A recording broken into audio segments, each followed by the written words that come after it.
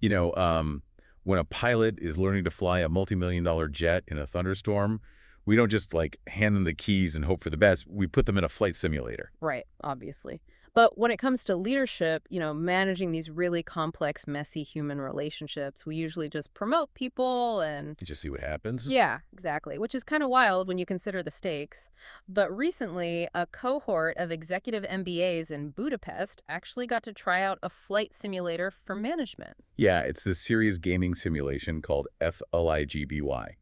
So our mission for this deep dive is to see how running a virtual Californian winery in this game taught these future global leaders some, really crucial lessons. And reading through their reflection blogs, I Mhm. mean, it's clear this wasn't just a fun little video game. They had to navigate a really high-stakes, AI-driven business environment. Right, and it handed them some pretty brutal reality checks about their own skills.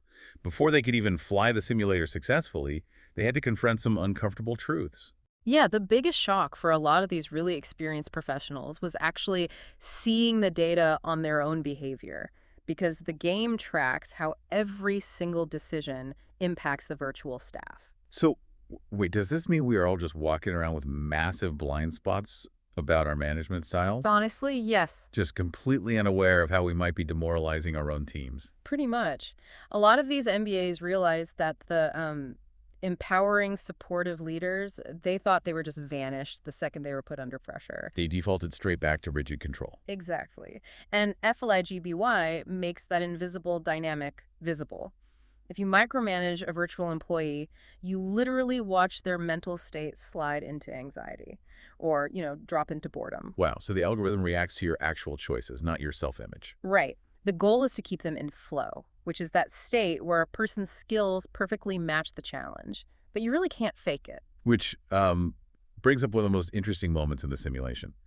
There's this major conflict between two characters, Rebecca and Alex. Oh, yeah, that part was fascinating. Right. And a lot of the MBAs tried to solve it by just looking at the raw data and like picking the most logical side. But that totally backfired. Because human beings aren't spreadsheets. When leaders just drop this top-down analytical ruling on a personal conflict, it just completely destroys trust. So what did the successful players actually do? Well, they had to pivot from just managing the task to actually setting conditions. They had to facilitate a dialogue, force Rebecca and Alex to align their conflicting priorities themselves. I see. So the leader isn't the one providing the answer. They're more like an architect of the environment, kind of like a gardener, I guess. Right, yeah, exactly. You can't force a plant to grow, but you can control the soil and the sunlight by setting clear goals and giving fast feedback. That's a really great analogy. But with FLIGBY, that feedback loop is instant.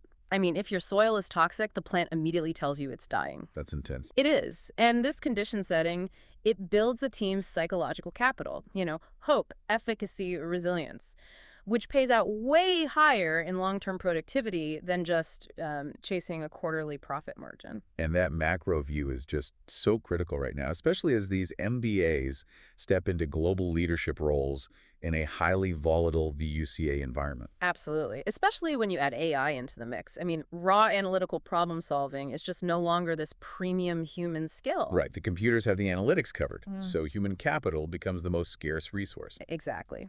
True competitive advantage now belongs to teams that learn and adapt faster.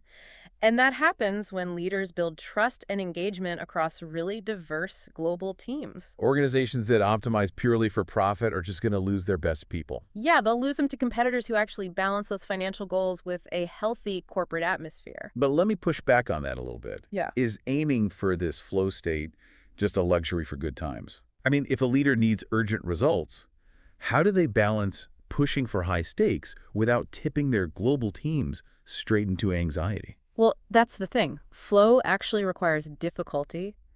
It is not about being comfortable at all. Oh, wait, really? Yeah. The mechanism to balance that pressure is support. When the challenges increase, the leader has to simultaneously increase the clarity of the goals, the speed of the feedback, and the level of autonomy. So you don't lower the bar, you just build a better ladder. Exactly. You are engineering that environment for flow. Which brings us right back to the flight simulator. Sustainable competitiveness isn't about micromanaging everything yourself. It's about intentionally developing your people so they can perform at their peak. And the MBAs in Budapest learned that the hard way, by crashing a few virtual wineries Which first. is definitely a lot cheaper than crashing a real one. Oh, definitely. Well, we'll leave you with this to ponder.